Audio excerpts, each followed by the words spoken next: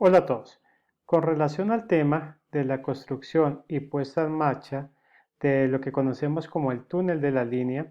debemos tener las siguientes observaciones. Pues primero, los túneles como tal siempre van a ser obras muy complejas y que requieren de bastante cuidado y unos procedimientos de construcción muy bien detallados. También mencionamos que pues, las cordilleras, en este sentido, la central, pues tienen procesos de formación que son muy jóvenes y esto permite que existan deterioros en las rocas y que se identifiquen este tipo de formaciones al momento de realizar las construcciones, en este caso los túneles viales. De igual manera, el túnel de la línea es una de las obras más reconocidas del país y de América Latina, no únicamente por la historia de sus retrasos, que desde el año 2009 inició en operación, pero también que se conoce porque es una obra prioritaria que conecta el centro del país con el eje cafetero y que es un corredor importante para poder llegar hasta el puerto de Buenaventura en el Pacífico y alrededor que se mueven del 40% de comercio exterior por dichas vías. Entre las estadísticas se cuenta que también la vía transita más de 5.000 vehículos al día y que ahora en el trayecto se pueden reducir en 18 kilómetros. Los carros podrán ahorrar hasta 30 minutos de viaje y el transporte de carga hasta 90 minutos. Si entramos en detalle por qué se demoró tanto tiempo poder hacer esta obra,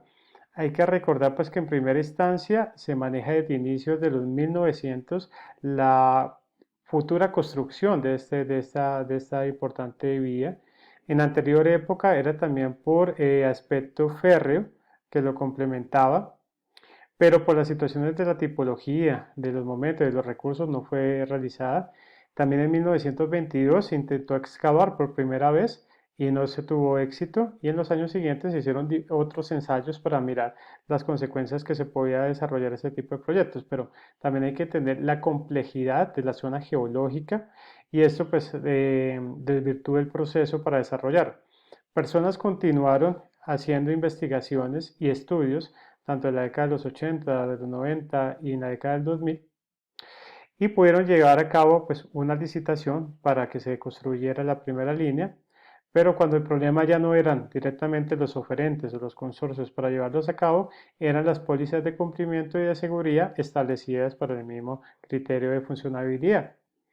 También nos damos cuenta que el túnel inició a gestarse en el año 2004,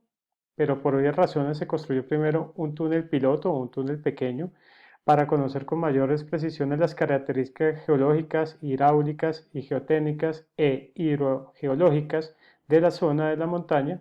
y con base en ello pues tenerlo de estudio y de servirlo para también para continuar los procesos. Este tramo duró prácticamente más de 3 años y medio. En el 2008 se licitó pues, el túnel principal y tuvo una excavación que empezó en agosto del 2009, que generalmente es lo que conocemos, y a la que se le dio plazo del transcurso de 7 años. A pesar de las dificultades y las prórrogas que se presentaron por el contratista inicial, que pues, prácticamente incumplió y generó la obra en situaciones de muy mal estado,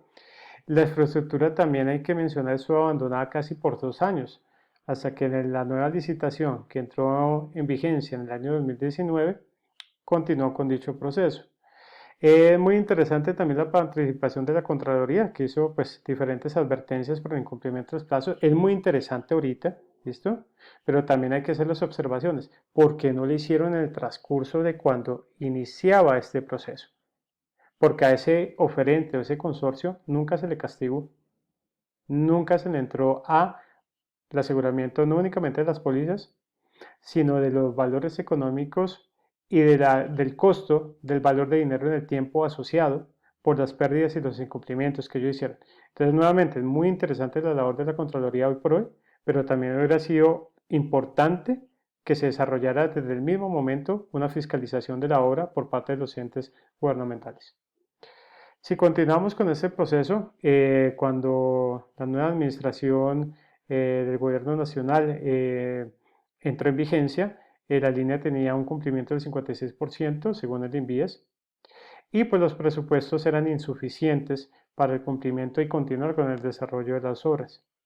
Se garantizaron recursos por más de 620 mil millones de pesos al final del año 2018 para la terminación del proyecto, que conocemos como el cruce de la Cordillera Central. Desde ese punto de vista también hay que verificar que, aparte de los problemas de la obra, no es únicamente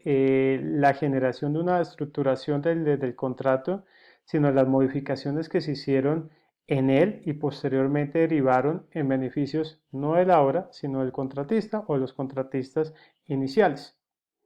Entonces, sumado a este tipo de aspectos y de falta de seguimiento y control de los avances, pues también entra en vigencia qué hizo el INVIAS y sus direcciones en el transcurso de esos 10 años para que no hubiera un control, una fiscalización,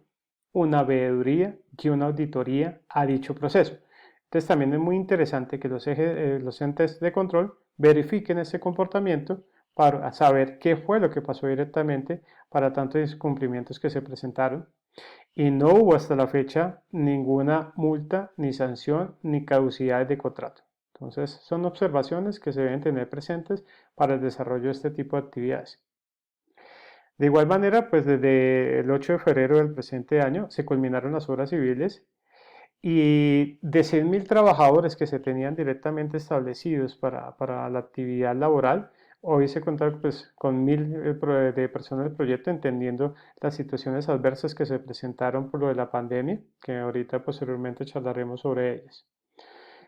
También hay que hacer claridad que hay una incertidumbre pues, por el peaje que se pueda presentar. Es entendido que sí se va a desarrollar uno. Lo que dice el gobierno nacional por parte del INVIAS es que el que se encuentra directamente existente ahorita en la línea va a ser trasladado al inicio del túnel. Habrá mayores puntos de atención y como ende, pues sí va a generar un costo mayor al a los peajes que están habituados en esa zona, porque se va a hacer o usufructuar el túnel, pero tampoco va a ser tan costoso a comparación de otros que existen en Colombia. Y los cálculos pues vienen directamente por cada tipo de vehículo, los combustibles, digamos también las llantas, los frenos, los desgastes, la depreciación, la accidentalidad que se puede generar, o sea, son muchas variables que entran en juego para la calculación de este tipo de proyectos. También es que si se hace una concesión, se hace la vía, pues también se necesita mantenerla y recuperar parte económica del material y las ganancias por la misma obra que se desarrolló. De igual forma, se estima que el ahorro superará los 270.000 millones anuales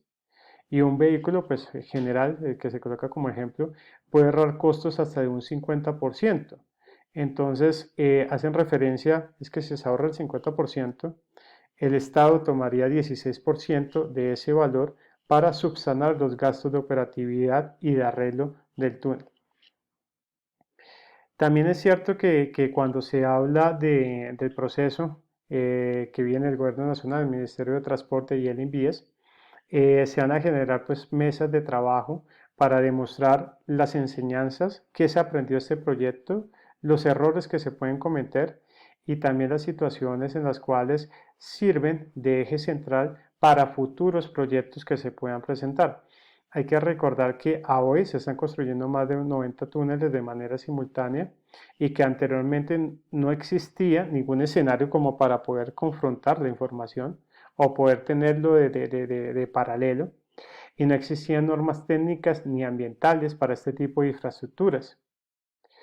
También hay que revisar cómo se va a continuar pues, con los proyectos para que cumplan bien. Hay que entender que no es únicamente el túnel, es la doble calzada que existe directamente y es un desarrollo muy importante que se va a tener para la operatividad de la movilidad, no únicamente de personas, sino de logística, de carga, de mercancías a nivel nacional.